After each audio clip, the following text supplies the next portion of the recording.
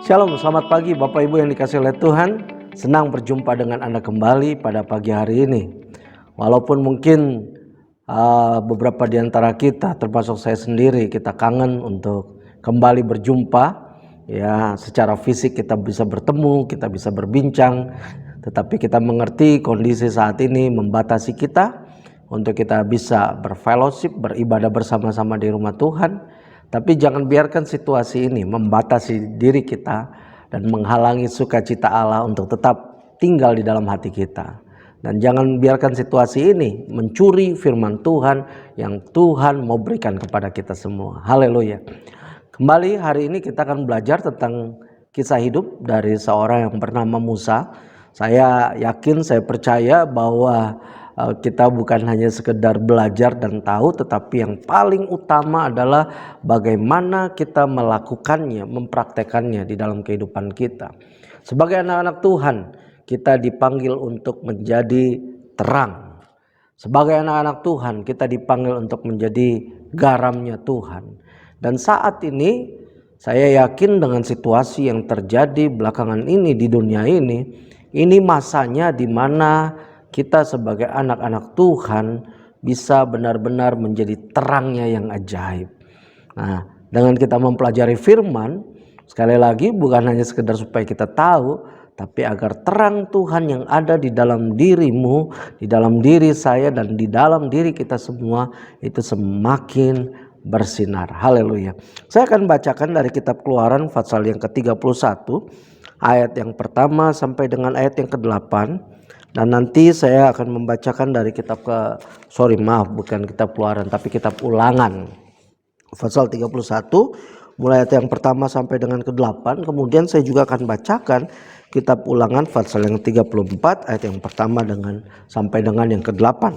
Di situ firman Tuhan berkata seperti ini.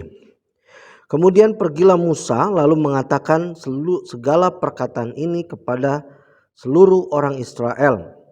Berkatalah ia kepada mereka, aku sekarang berumur 120 tahun.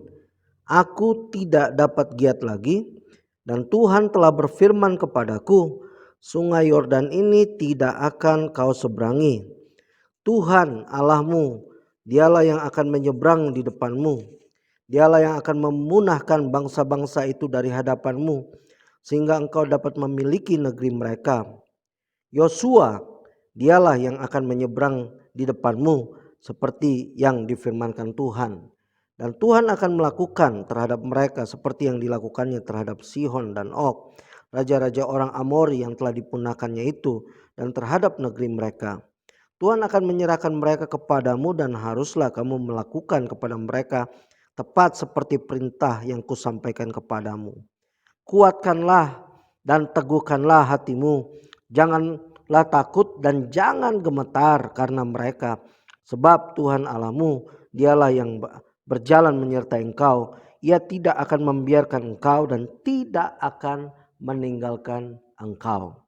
Lalu Musa memanggil Yosua dan berkata kepadanya di depan seluruh orang Israel, kuatkan dan teguhkanlah hatimu, sebab engkau akan masuk bersama-sama dengan bangsa ini ke negeri yang dijanjikan Tuhan dengan sumpah kepada nenek moyang mereka untuk memberikannya kepada mereka. Dan engkau akan memimpin mereka sampai mereka memilikinya. Sebab Tuhan dia sendiri akan berjalan di depanmu. Dia sendiri akan menyertai engkau. Dia tidak akan membiarkan engkau dan tidak akan meninggalkan engkau. Janganlah takut dan janganlah patah hati. Kita loncat di dalam kitab Ulangan pasal yang 34. Kita akan baca ayat yang pertama sampai dengan ayat yang ke-8. Kemudian naiklah Musa dari dataran Moab ke atas gunung Nebo, yakni ke atas puncak Pisga yang di tentangan Yeriko. Lalu Tuhan memperlihatkan kepadanya seluruh negeri itu, daerah Gilead sampai ke kota Dan, seluruh Naftali, tanah Efraim dan Manasye, seluruh tanah Yehuda sampai laut sebelah barat, tanah Negeb dan lembah Yordan, lembah Yeriko dan kota pohon korma itu sampai Zoar. Dan berfirmanlah Tuhan kepadanya, inilah negeri yang kujanjikan dengan sumpah kepada Abraham, Ishak dan Yakub. Demikian kepada keturunanmu akan kuberikan negeri itu.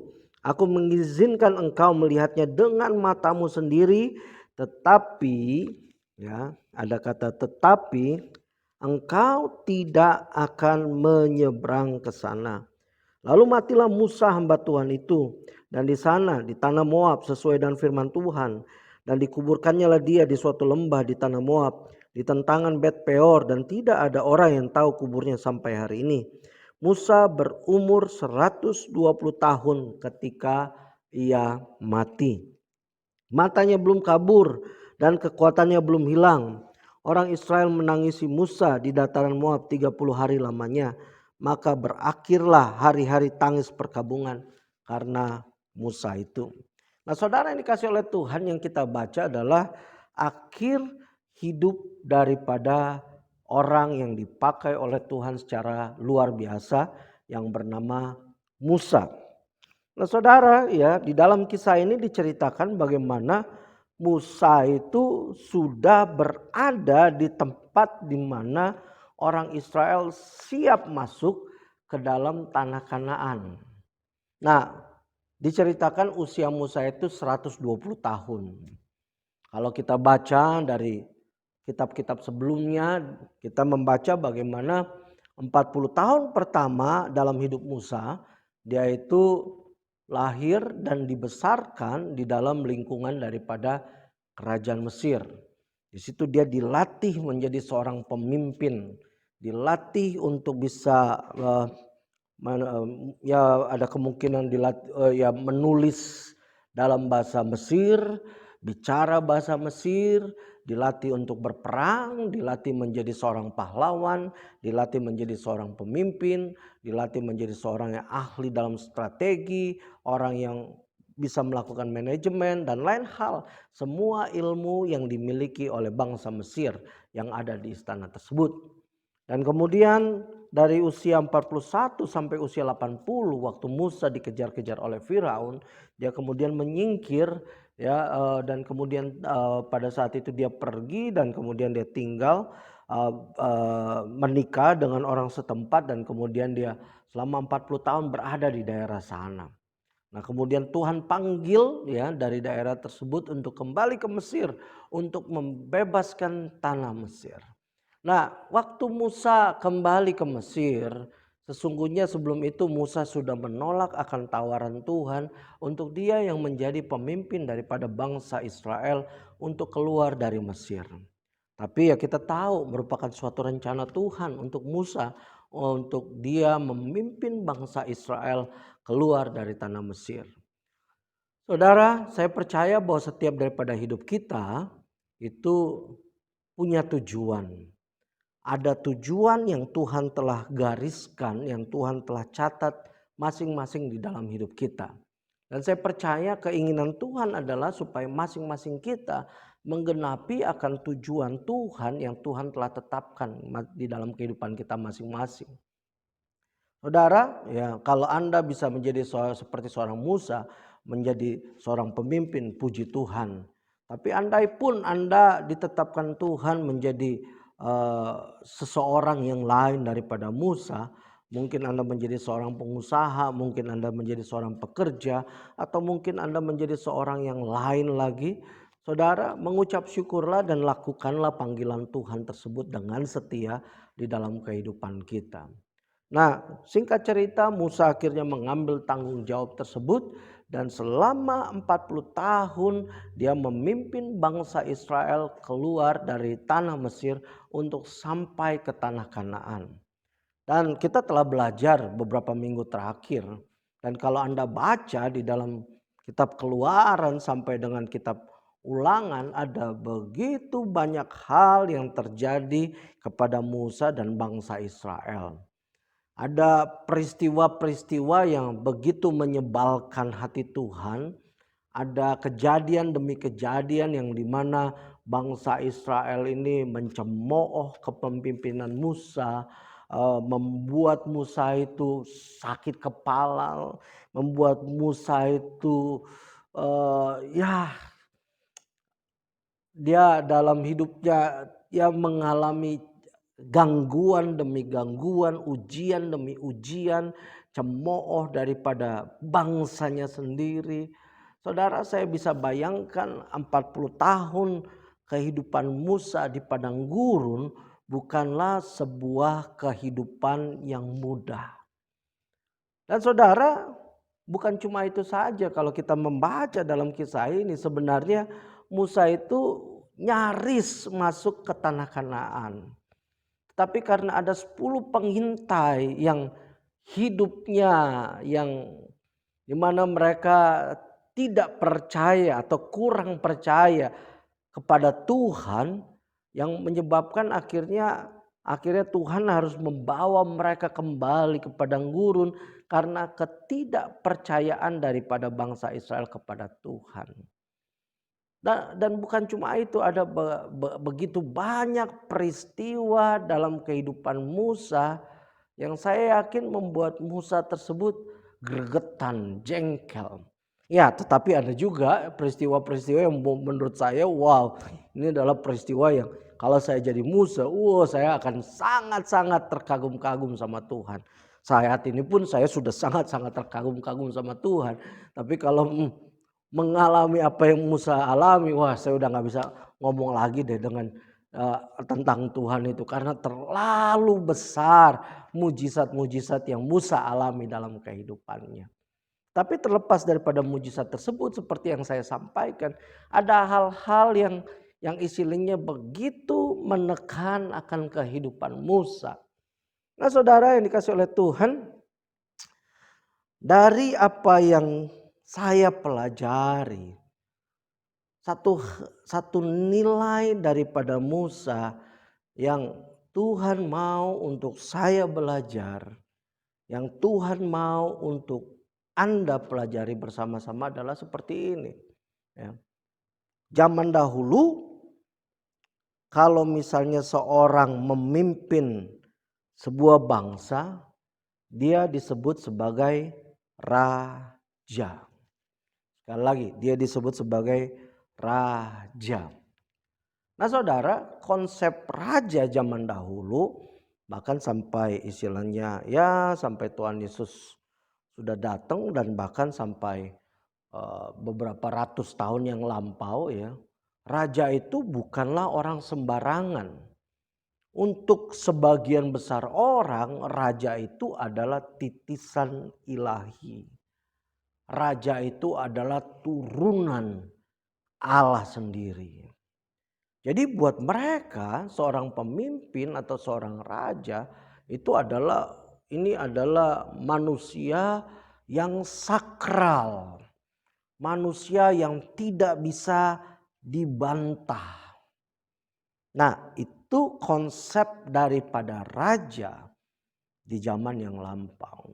Nah, oleh sebab itu sampai dengan zaman Samuel, sebenarnya Israel tidak mempunyai seorang raja manusia. Karena sesungguhnya Tuhan mau Israel hidup di dalam suatu kepemimpinan yang dimana Allah sendiri yang menjadi raja atas bangsa tersebut. Bahkan Allah menciptakan suatu sistem di mana ada bait Allah, dan kemudian ada suku Lewi yang melayani di sana, dan kemudian ada pemimpin-pemimpin yang Allah bangkitkan untuk memimpin akan bangsa Israel ini. Nah, apa hubungannya dengan nilai-nilai yang kita mau pelajari dari Musa? Yang kita mau pelajari adalah seperti ini, bahwa walaupun Musa menjadi seorang pemimpin pada saat itu, dia tidak mengklaim dirinya, dia tidak mengatakan dirinya dia adalah raja daripada orang Israel. Tidak pernah. Dia hanya menjadi seorang yang memimpin bangsa Israel untuk keluar dari tanah Mesir, masuk ke dalam tanah Kanaan. Nah, sekali lagi saya mau membawa kita kepada suatu konsep bahwa zaman dulu seorang pemimpin adalah seorang raja. Apa yang pemimpin katakan, maka semua rakyat, seluruh rakyat harus mengikutinya. Bahkan di zaman dahulu kalau misalnya dia seorang raja, maka orang yang datang menghadap kepada dia tidak boleh memandang kepada wajah raja. Dia harus merangkak, dia tidak diizinkan sama sekali untuk melihat raja. Ada kerajaan-kerajaan yang zaman dahulu mempraktekkan bila kamu melihat raja, maka kamu langsung dipenggal. Dari ratusan meter kamu sudah berjalan merangkak untuk menunjukkan penghormatanmu dan takutmu kepada raja. Tapi kalau kita melihat di dalam kisah daripada bangsa Israel ini, kita akan membaca bagaimana berulang kali mereka berbantahan sama Musa. Berulang kali mereka menteror Musa. Berulang kali mereka mengatakan hal-hal yang buruk kepada Musa. Nah, tadi kembali lagi bahwa Musa itu tidak pernah mengklaim dirinya sebagai raja. Karena dia tahu yang menjadi raja bagi bangsa Israel adalah Allah sendiri. Allah lah yang sesungguhnya Tuhan dan pemimpin atas bangsa Israel. Nilai yang kita bisa pelajari dalam kehidupan Musa lewat kisah ini adalah, lewat kisah hidupnya adalah dia menjadi seorang pengelola yang berhati hamba. Sekali lagi, dia seorang pengelola yang berhati hamba. Nah saudara, inilah mental dan sikap yang kita sebagai orang percaya harus miliki di dalam kehidupan kita saat ini. Ada begitu banyak manusia, bahkan ya bisa dikatakan sebagian besar manusia dan termasuk orang percaya yang kurang memiliki akan konsep pengertian ini. Bahkan semua orang mau merasa bahwa semua yang saya miliki adalah milik saya. Dan termasuk orang percaya. Padahal konsep yang Allah berikan pada saat dia ciptakan manusia, sesungguhnya dia jadikan manusia tersebut menjadi pengelola daripada apa yang Allah ciptakan di dunia ini.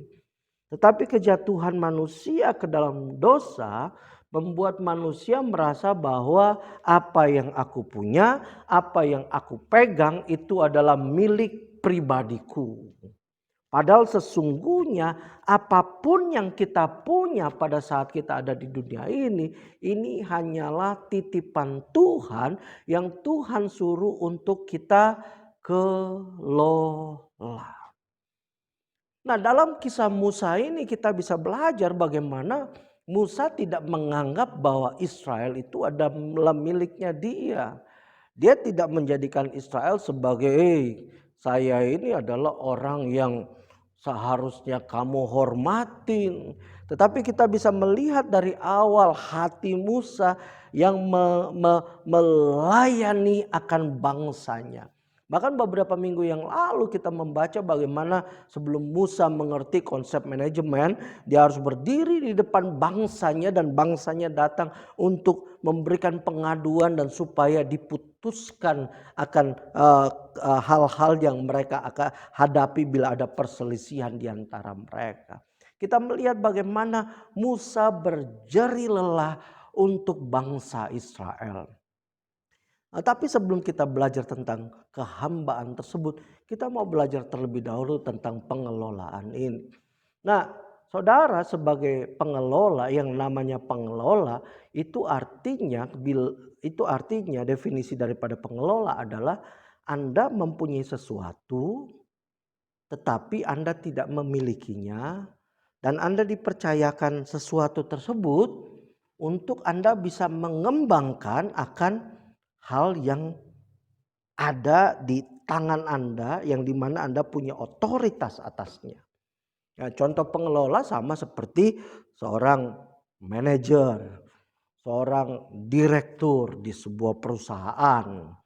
Ya, di mana apa yang mereka punya, bukan yang mereka punya, apa yang mereka kerjakan itu bukanlah sepenuhnya milik mereka, tetapi mereka diberikan tanggung jawab tersebut dan juga diberikan otoritas dan diberikan kemampuan untuk istilahnya melakukan transaksi, tetapi itu bukan untuk kepentingan mereka, tetapi itu mereka lakukan untuk kepentingan pemilik.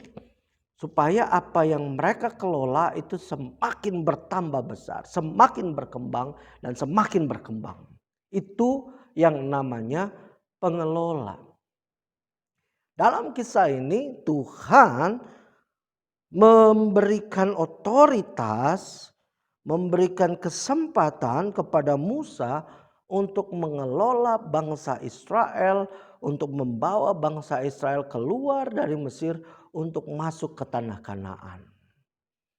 Nah, saudara, sebagai seorang pengelola daripada bangsa Israel ini, sebenarnya Musa punya kesempatan. Untuk apa? Untuk dia menjadi suatu bangsa yang besar. 2 kali Allah sudah berniat, bermaksud untuk memusnahkan Israel dan mengatakan kepada Musa, "Sudahlah, aku jadikan kamu saja menjadi suatu bangsa yang besar."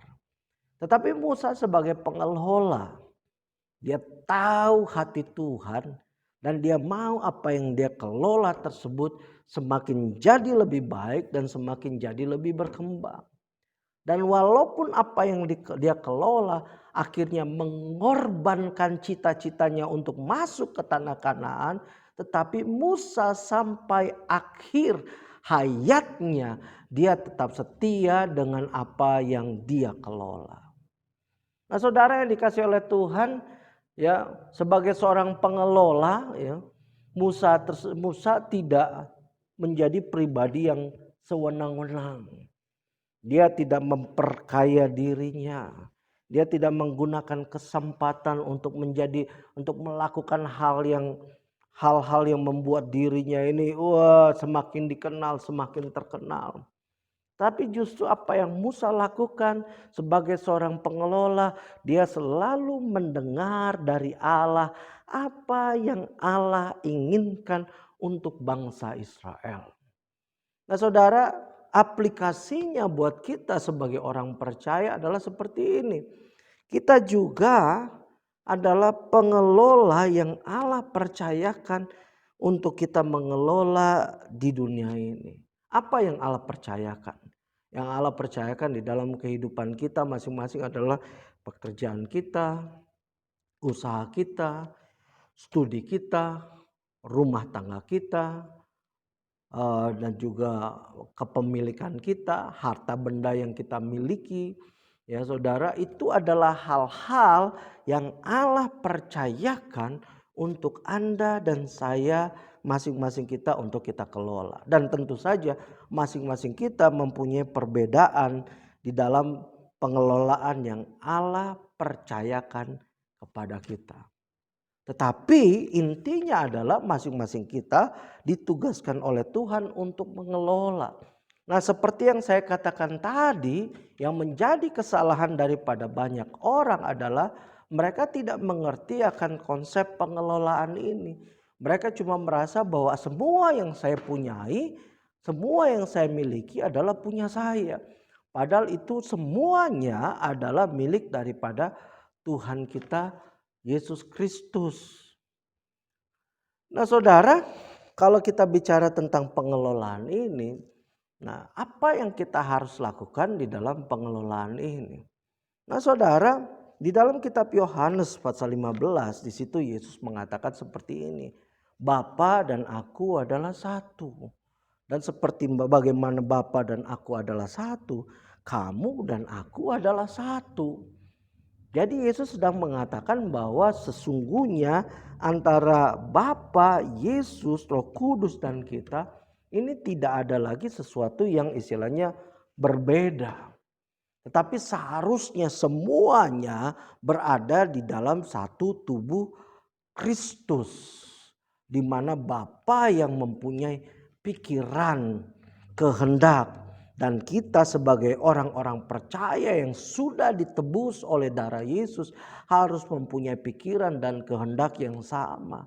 Dan sebagai pengelola daripada apa yang Tuhan percayakan, Allah mau agar apa yang kita kelola, sekali lagi perhatikan baik-baik, apa yang kita kelola itu sejalan dengan kemauan Bapa di surga. Nah saudara, sekali lagi kalau kita bicara pengelolaan, itu bukan hanya tentang soal duit saja, tentang harta yang kita punya. Semua hal yang Allah percayakan kepada kita, termasuk pekerjaan, termasuk usaha, termasuk rumah tangga, termasuk tubuh Kristus ini, bait Allah ini adalah hal yang Allah percayakan untuk kita kelola. Dan Allah mau agar apa yang kita kelola itu dapat berkembang dan dimaksimalkan untuk kemuliaan nama Tuhan. Jadi artinya kalau Anda mendapatkan pasangan hidup, Anda berumah tangga, pastikan bahwa rumah tanggamu menjadi rumah tangga yang Anda kelola, dan lewat pengelolaan tersebut nama Tuhan dipermuliakan, orang-orang bisa kenal Tuhan lewat rumah tanggamu. Demikian juga ya, kalau Anda punya pekerjaan, Anda punya usaha, memang usaha tersebut adalah hasil jerih payahmu, hasil kerja kerasmu. Anda sekolah tinggi-tinggi supaya Anda bisa mempunyai pekerjaan yang baik. Dan Anda dapat pekerjaan yang baik. Tetapi ingat, itu juga adalah titipan Tuhan yang Tuhan mau supaya Anda kelola. Bila Tuhan percayakan kepadamu sebuah usaha, mari kita benar-benar mengelola akan usaha tersebut sebaik mungkin, agar lewat usaha tersebut Anda bisa lebih memberkati pekerjaan Tuhan untuk kemuliaan nama Tuhan. Lewat usahamu Anda bisa bercerita kepada orang lain tentang Tuhan, bagaimana Tuhan memberikan hikmat kepadamu untuk menjalankan akan usaha tersebut. Demikian juga dengan kalau Anda mendapatkan pekerjaan, jangan Anda pikir, oh ya karena saya punya koneksi, saya pintar bergaul, karena saya adalah orang yang pandai, cerdas di sekolah. Ya saudara, sekali lagi kalau Anda bisa mempunyai pekerjaan tersebut, karena Tuhan mau lewat pekerjaan tersebut ada sesuatu yang Anda lakukan untuk memperlebar akan kerajaannya senantiasa. Kalau Anda bersekolah, baik itu sekolah negeri maupun sekolah swasta, saudara jangan pernah abaikan akan berkat Tuhan di dalam sekolah tempat di mana Anda studi. Kalau Anda dapatkan beasiswa untuk kuliahmu, jangan anggap remeh akan kesempatan yang Tuhan berikan kepadamu. Karena sesungguhnya itu adalah sesuatu yang Tuhan berikan di dalam hidupmu, untuk Anda bisa mengelolanya, supaya lewat sekolah tersebut, lewat studi tersebut, Anda bisa jadi berkat, jadi saksi, orang bisa melihat terang Kristus di dalam kehidupanmu. Dan saudara, apabila Tuhan memberkati hidupmu dengan tempat tinggal, dengan rumah, dengan kendaraan, tanya Tuhan, minta kepada Tuhan agar rumah kita bisa dijadikan tempat di mana ada pujian, penyembahan. Ada orang-orang yang bisa datang bersekutu bersama-sama. Buka tempat kita. Kendaraan yang kita miliki, gunakan untuk bisa membawa orang beribadah. Gunakan untuk bisa membawa orang untuk kenal Tuhan dan cinta Tuhan dalam hidup mereka. Saya ingat pengalaman saya sebagai seorang pemuda pada saat saya mempunyai kendaraan yang sederhana. Tapi saya gunakan untuk menjemput orang-orang yang belum kenal Tuhan untuk bisa datang ke persekutuan. Mungkin Anda berkata, tapi kendaraan saya cuma sebuah motor, kendaraan saya cuma seperti ini. Saudara, apapun itu, kalau Tuhan mempercayakan Anda sesuatu, gunakan untuk kemuliaan nama Tuhan. Segala yang kita punya kita kelola dengan baik. Dan tentu di dalam pengelolaan tersebut bukan hanya kita tahu cara memakainya, tetapi kita juga tahu cara merawatnya. Kita juga tahu bagaimana supaya kendaraan tersebut bisa istilahnya bukan cuma kendaraan, semua yang kita kelola tersebut dapat semakin berkembang dan semakin berkembang dan semakin berkembang. Dan ini yang kita lihat di dalam kehidupan Musa. Dia mengelola bangsa Israel dengan setianya Allah, dengan setianya dia memimpin bangsa Israel. Bahkan waktu Tuhan mengatakan kepada bangsa Israel, "Sudahlah, aku akan memusnahkan usia 20 tahun ke atas." Ya nggak seperti nggak mutlak 20 tahun ke atas, tetapi Allah katakan yang sudah melihat mujizat-mujizat di Mesir, maka mereka tidak akan bisa masuk tanah Kanaan, dan diperkirakan usianya 20 tahun ke atas pada saat itu. Jadi yang 20 tahun ke bawah mereka yang masuk tanah Kanaan. Dan pada saat Allah berfirman hal tersebut, Musa tetap setia dengan panggilannya untuk mengelola bangsa tersebut, untuk jadi pemimpin bagi bangsa tersebut. Walaupun dia tahu resikonya sebagai seorang pemimpin, dia kembali harus menjalani hidup selama puluhan tahun berkeliling di padang gurun. Dan bukan hanya berkeliling di padang gurun, tetapi dia harus menghadapi orang-orang yang tegar tengkuk, yang terus menerus membuat isi hati dan isi kepala ini menjadi tidak tenang. Tapi sebagai seorang pengelola yang baik, Musa dengan setia melakukannya. Dan bukan cuma dia menjadi seorang pengelola, tapi dia juga adalah seorang pengelola yang berhati hamba. Waktu saya bisa baca kisah waktu Musa istilahnya hampir meninggal, Tuhan udah kasih tahu, Musa, usiamu gak lama lagi dan kamu gak akan bisa masuk ke tanah Kanaan. Saudara, Anda bayangkan kalau Anda punya satu impian,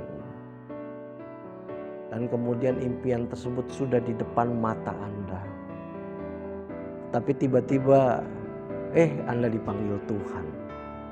Atau katakan bukan dipanggil Tuhan lah, ya Anda intinya tidak mencapai impian tersebut. Saudara, betapa, ya kalau saya nggak tahu tentang Anda, kalau saya merasa bahwa sakitnya tuh benar-benar sakit, saudara. Dan Musa itu gagal untuk masuk ke dalam tanah Kanaan karena problema yang bangsa Israel ciptakan, yang membuat dia jengkel, marah terhadap bangsa Israel, sehingga dia bertindak di luar daripada apa yang seharusnya dia lakukan. Sampai akhirnya Tuhan katakan, karena perbuatanmu ini, kamu tidak akan masuk ke dalam tanah Kanaan. Saudara, sebagai seorang hamba, dia tidak menentang Tuhan. Dia tahu bahwa dia dan Bapa adalah satu. Bahkan waktu Tuhan katakan Yosua yang akan menjadi penerusmu, dia gak protes. Dia panggil dan dia ngomong sama bangsa Israel, sama tua-tua bangsa Israel, Yosua ini yang akan memimpin engkau masuk ke tanah Kanaan. Bahkan di depan daripada bangsa Israel dia perkenalkan Yosua yang akan memimpin masuk ke tanah Kanaan. Dan dia katakan sama Yosua, kuatkan dan teguhkan hatimu. Saudara, ya, sebagai seorang pengelola dia tahu bahwa bangsa Israel itu bukanlah miliknya dia. Dia tahu bahwa dia hanya menjalankan amanat daripada Allah. Berapa banyak manusia di dunia ini yang berupaya untuk mempertahankan hartanya, mempertahankan kekuasaannya, mempertahankan egonya dan harga dirinya. Untuk apa? Ya karena dia selalu mau untuk tetap berada di atas. Ada begitu banyak orang yang dia mau pada saat dia mengerjakan sesuatu. Dan kemudian orang pada saat dia gak berada di tempat tersebut, orang jadi gak bisa ngapa-ngapain. Dia cuma mau bahwa dia yang memimpin dan berkuasa. Jadi kalau istilahnya kalau gak ada dia, waduh, segala sesuatu jadi sulit. Tapi berbeda dengan Musa. Musa itu mempunyai mental yang sedemikian rupa sehingga dia udah persiapkan Yosua. Dia udah latih Yosua. Satu saat kelak kau yang akan memimpin bangsa ini untuk masuk ke tanah Kanaan. Saya mengajak setiap daripada kita jemaat Tuhan. Saya mau mengingatkan kita. Yang kita punya di dunia ini bukanlah milik kita, tapi milik Tuhan.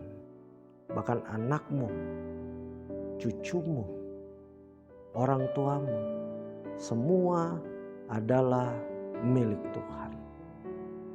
Hartamu, rumahmu, mobilmu, kendaraanmu, depositomu, investasimu, semua milik Tuhan. Bahkan tubuh kita adalah bait Allah yang merupakan miliknya Dia juga. Oleh sebab itu saudara, kalau kita tahu bahwa kita hanya pengelola, mari dalam segala hal yang kita kerjakan untuk Tuhan, bukan untuk pribadi kita. Kita diberkati, kita menjadi kaya, bukan untuk kita, tapi untuk kemuliaan nama Tuhan. Kita pintar, kita pandai, bukan untuk kita, tapi untuk kemuliaan nama Tuhan. Kita dinaikkan posisinya, kita mempunyai pengaruh yang lebih besar, bukan untuk diri kita. Sekali lagi, untuk kemuliaan nama Tuhan. Saya mau mengajak kita semua, mari kita menjadi pengelola yang berhati hamba. Kita tundukkan kepala kita bersama-sama, kita berdoa. Bapa, kami bersyukur untuk hari ini. Kami percaya ada begitu banyak hal yang Kau percayakan kepada kami untuk kami kelola.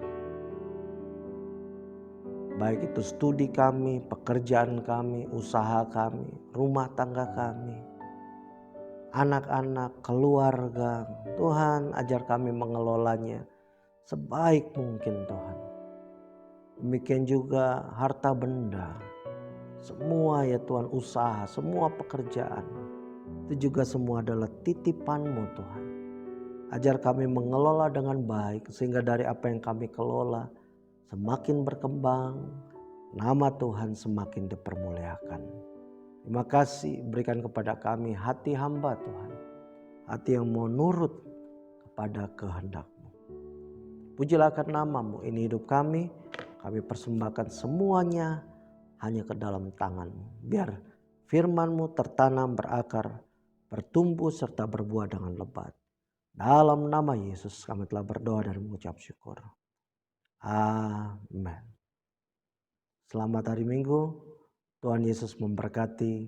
Sampai jumpa di lain kesempatan.